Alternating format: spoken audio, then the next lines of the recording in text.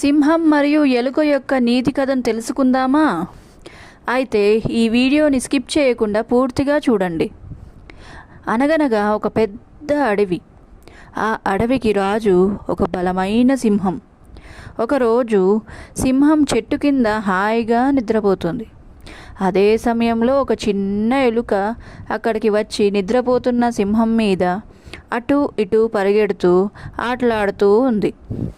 ఎలుక అల్లరికి సింహానికి మెలకువ వచ్చింది.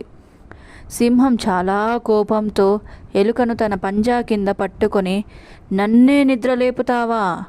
నిన్ను ఇప్పుడే చంపి తినేస్తాను అని గర్జించింది. అప్పుడు ఆ ఎలుక వణుకుతూ, మృగరాజా, నన్ను క్షమించండి, నేను తెలియక చేశాను, నన్ను వదిలేయండి, ఏదో ఒక రోజు నేను నీకు సహాయం చేస్తాను అని వేడుకుంది. ఎలుక మాటలకు విని సింహం నవ్వి, ఇంత చిన్న ఎలుకవి నాకెలా సహాయం చేస్తావు? సరే లేపో అని దయతో వదిలేసింది.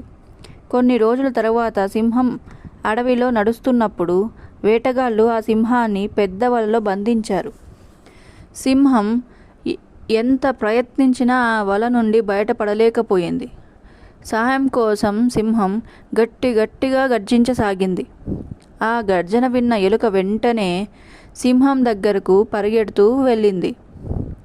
తన పళ్ళతో వల తాళ్లను కొరికి వేసేసింది. కొద్దిసేపట్లోనే సింహం వల నుండి విముక్తి పొందింది.